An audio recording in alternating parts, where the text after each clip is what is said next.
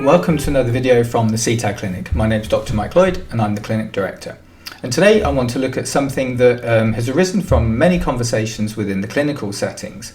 And that's about people with dissociative identity disorder or other specified dissociative disorder, DID and OSDD, kind of checking out to see whether or not the dissociation that they experience is actually real. And this comes from observations of media, TV, of watching online footage, so sort of social media people talking or demonstrating their dissociation, and people and comparing against that and feeling that they're not real because their level of dissociation doesn't really compare. It doesn't have that very, very obvious, visible and clearly framed and set dissociation in terms of the episodes of switching or fronting, for example. So many people look at these things and they say, well, I don't think my dissociation is real because it's not like that. And actually what we end up talking about is this very great spectrum of dissociation, the huge variability that takes place. So for some people, that dissociation is very obvious and very observable, and for other people it's much more under the surface and much more behind the scenes, but it's still very, very important, and it can still be extremely disruptive. Some people are able to have a what's called like a voluntary type of dissociation, that they can choose, they can select what parts of their system want to come forward and spend time out, and that's actually really rare in clinical settings. When we're seeing people in therapy, that's not really what people are describing being able to do. That's something that some folks are able to do, and many are simply not. It doesn't mean that their dissociation is not real as a result of that. So that kind of voluntary dissociation is one thing. What we see though is much more this kind of behind the scenes type of dissociation that I like to think of as being influence. So when I talk about influence within dissociation, it's a sense of being drawn to or drawn away from specific things. So a good example of that, say within either OSDD or DID, is walking through a supermarket doing the weekly shop with a shopping list planned of stuff, generic sort of food items, things that are normally on the shopping list, but being drawn to different aspects of the shop. So the toy section, or the, let's say the ice cream section, chocolate section, or to think about food or think about clothing or think about toys or colouring pens, for example, that aren't on the list, but for some reason the person feels drawn to. And that's very different from, say, me, if I'm just feel like I want to go and buy, some crisps or some chocolate or something, because I know it's me just feeling a bit hungry at the time and feeling like I'd like a treat after tea, and I might get some ice cream. This is different. This is a sense of the influence towards these kind of things is felt at a very, very deep level. And for people with OSDD and DID, this can be very, very powerful because they feel that they then have to have a fight with that influence within the supermarket or shops, or that they go with it and end up buying a load of stuff that they don't want, which causes many problems down the line, not least of all financial. So this kind of influence, if left unchecked or if followed blindly, can be extremely disruptive in the lives of many people.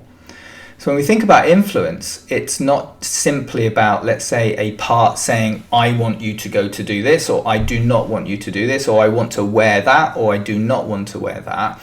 It's much more subtle, but extremely powerful. So it's often non-verbal, it's often very emotional.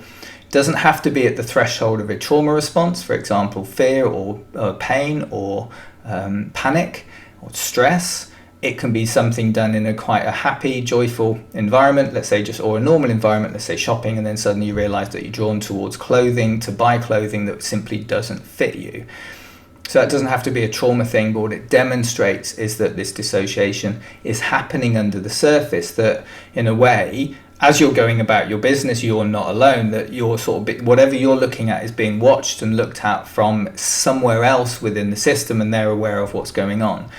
The trauma means that observable quality is going to happen, that from the inside they're going to be observing what's going on the outside because they've got to make sure it's safe. But then something might crop up that generates this influence towards or away from the object or the place at hand.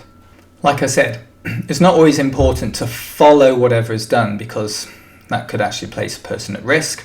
It can put them towards situations that might not be helpful, and it can place a person in harm, or it can also just mean that you're having to spend stuff that you don't want, or you're doing things or going to places that you don't really want to be because you've got other things to do. You might be on the bus to go to work, but you're drawn towards going somewhere else that's much more, say, child orientated, or something about not work, because inside they don't really want to go to work and they're trying to draw you away from that. So if you listen to that and follow it, you might end up losing your job, which is obviously not a good thing to do. So within therapy, and I'll stress that these sort of techniques and these sort of processes that we talk about are best done within a therapeutic relationship. So being in therapy and talking with your therapist, being able to look at what influences have turned up and being able to try and make some sense of it and understand why that happened in a specific time is a really useful thing to do in therapy. So the influence shows you that something's happening. It shows you that there is some level of dissociation taking place, and it's very important to be able to notice that, make some sense of it, and if possible, communicate back. Now, you might not get a to and fro in a conversational basis, because again, a lot of people with DID and OSDD, they don't have that conversation, that verbal quality built in. It might come, it might not, but a lot of people just don't have it. It's much more on a sensory basis. So what it's important to do is be able to show that influence, show that dissociation, that whatever is being influenced has been heard, has been recognized, reassurance given if it can't be followed, reasons given, but maybe that in some occasions that you can follow it. So one example that I like to work with people, assuming that eating isn't a particular massive issue for folks, so we choose something fairly safe, so it's like TV programs, clothes, let's say, or what to have for breakfast, is to offer choice. So to, instead of just going and choosing the thing that you might always have for breakfast, is to be able to say, okay, we're going to have breakfast. What does the inside want? I'm aware that I have other parts. I'm aware that there's stuff going on. Here's the things that are around us in terms of the options for breakfast. What do you want to have? And a really, really straightforward question like that. What do you want for breakfast? And you wait and you see whether you're drawn to something. You might be drawn to porridge, you might be drawn to the Cocoa Pops, you might be drawn to toast. And it might not be the thing that you would choose to have. But you might not then want to have that, but you know that someone inside does want to have that, and you can at least notice it and say you've noticed it. And if it feels okay, maybe you can say, well, actually every now and then we will have the Cocoa Pops because that's what you want, even though that's not what I want. I'm willing to go with it. So to show that I'm interested, to show that I have a wish to be able to connect, to communicate. And that's why I say it's best not done with traumatic things. If this kind of thing is done in a safe environment that's non-trauma based, it's a great place to practice building those bridges towards those dissociated parts. Socks are another good example. It doesn't really matter what kind of socks you wear, but if you've got a range of socks in your drawer and you're able to say internally, what socks should we wear today? And you see what you're drawn to. Brightly coloured, dark, whatever it might be. Long socks, short socks, doesn't make any difference. But if you're drawn to something that wouldn't necessarily be your choice, then you know that you've got a level of dissociation actively present in the moment.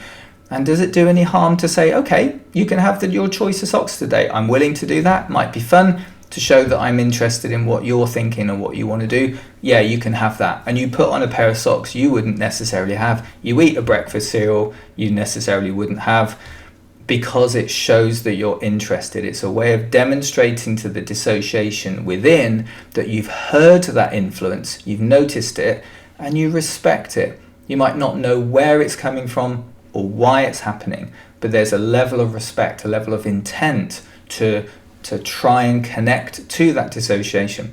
And that can be extremely helpful later on down the line when we're talking about developing trauma-based therapies, maybe in the second stage of therapy for the phase treatment model. Having this as your practice forum really does help. It's your training ground, if you like, for some of the later work further on down the line. So make it safe, make it about things that aren't really particularly important, ideally that don't have some sort of big financial or time considerations, that it seems acceptable to be able to do. It's no big deal to follow that influence and see where it takes you. And again, within therapy, I'd always recommend it. You can discuss what happens with the therapist, or your therapist can even have the options available within the therapeutic space. What toys do you want to play with? What page of the colouring book do you want to stop at? And see what happens. And when it does work, it's extremely powerful, and it can bring about all sorts of emotional responses, and having the therapist there on hand can really help contain that and hold that stuff together. So I hope this has been a useful one. It is really important not always just to compare yourself with how other people are dissociating, because that's just not really all that useful. It's much more about the individual unique qualities of dissociation, and think about how you dissociate or how your client dissociates if you're a therapist, and look at it from their perspective within their world. That's always much more important. Well, I hope this has been useful. It is about looking at how to work with parts, and that's something that's really important for many people with dissociation. This is quite a good starting point for many people in the communication process, but it's always nice to refresh people on if they're quite way down the line in therapy, just to make sure they're still listening and they're still kind of interested in what influences might be taking place. So please do like and subscribe to the channel, and we'll have much more content coming through. And leave any comments in the section below, and I'll have a read, and I'll reply to as many of them as possible. So in between now and the next video, please do take great care.